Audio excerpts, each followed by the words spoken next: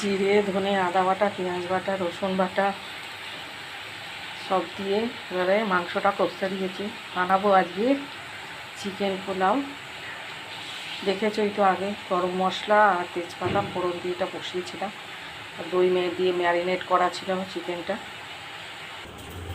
পোলাওটা বানানোর জন্য একটু বেশি করে একটু ঘি দিয়ে নিলাম। ঘিয়েতে এলাচ দারচিনি লবঙ্গ সব দিয়ে ভাজিয়ে দিয়েছি। এবার এতে একটু চালটা ভেজে নেব।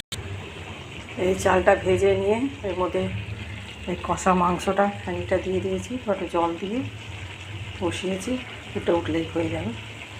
নামানোর আগে আরেকটু ঘি দিয়ে নামিয়ে নেব।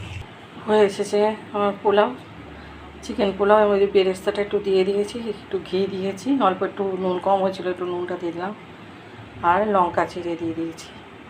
মোটামুটি আমার রেডি। ঠিক আছে, পোলাও দেখো, চিকেন পোলাও। সবাই খেয়ে বলো কেমন হয়েছে।